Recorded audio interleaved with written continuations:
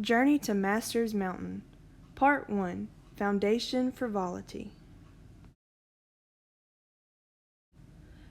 Any relation to persons living or dead is completely coincidental.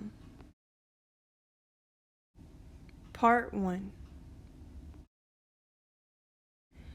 There once was a very tired teacher that had grown weary of the demands of her job and knew she was in desperate need of a change. You see, this tired teacher decided that she could be making more of her life, so she decided to go on a journey to Masters Mountain. The tired teacher packed her bags and set course for Masters Mountain, knowing that her first major task would be setting a foundation. On the first day of her journey, tired teacher meets an enchantress, Malum. "You must purchase a map to complete a foundation," exclaims Malum. Tired teacher reluctantly follows her instructions. The second day of her journey to Masters Mountain, tired teacher finds herself at the center of ridicule when she realizes that in order to complete her foundation and reach Masters Mountain, she actually has to read her map and follow the instructions. On the third day of her journey, tired teacher had a major epiphany and discovered that building a foundation was an uphill process that had been happening for centuries, with contributions from a multitude of people throughout human history. With a deeper appreciation of why she needed a foundation, tired teacher decided to continue her journey to Masters Mountain. On the fourth day of her journey, tired teacher travels to the enchanted castle, where little did she know, Malum was waiting for her. Tired teacher had forgotten to read her map before venturing to the enchanted castle. "I warned you," screeched Malum. Malum shook her crystal ball, and whoosh! Malum and tired teacher were suddenly traveling through time. Tired teacher sees herself in the future. "This is how you will spend the rest of your life if you do not finish your foundation. Read the map ahead of time or there will be no more mercy," says Malum. Tired teacher agrees to read her map ahead of time. On the fifth day, tired teacher meets exhausted educator. When they both discover they are working on a foundation, they decide to work together and provide encouragement and moral support.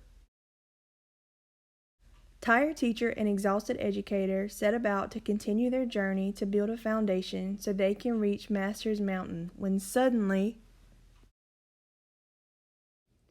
the sixth day, fire-breathing dragon appears and tells them that in order to continue their journey, they must complete an impossible task. Together, tired teacher and exhausted educator learn that they can defeat evil and actually trust each other to complete their impossible task for their foundation and journey to Masters Island.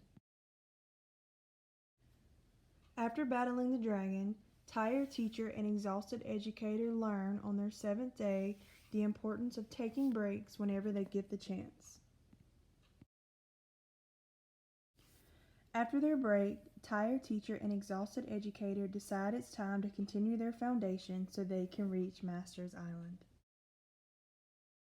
When the eighth day arrived, tired teacher and exhausted educator both discovered that while trying to read the rest of their map, most of the issues with foundation development had not been solved, despite it existing for centuries.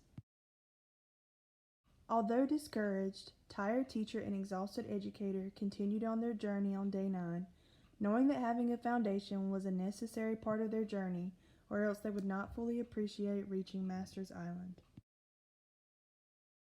On the 10th and final day of their journey together, tired teacher and exhausted educator encounter a giant crying baby that they must comfort as their final test.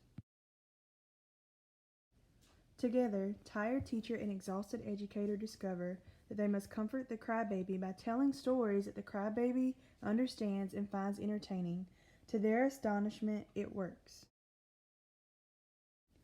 "We've done it," both tired teacher and exhausted educator exclaim. "We have finally established our foundation and have reached Masters Island." "Not so fast," screeches Malum. "If you wish to reach Master's Island, you must now complete your next major task, tool training." Malum then banishes tired teacher and exhausted educator from Master's Mountain to Technology Tumbelow. The end. Okay, so in case you missed it, day number 1 was about buying the book, that was the map. Day number 2 was about actually reading the book, which is the map. Day 3 was that lots of people have worked on science ed. Day 4 was actually doing your homework on time. Day 5 was using the class to make friends. Day 6 was about dividing and conquering the group project. Day 7 was about actually using your breaks to, use the bathroom and eat snacks. Day 8 was that we still have the same exact issues in science ed as we have for decades now, or at least that's my opinion. Day 9 was that knowing the actual history of science education is really valuable and important.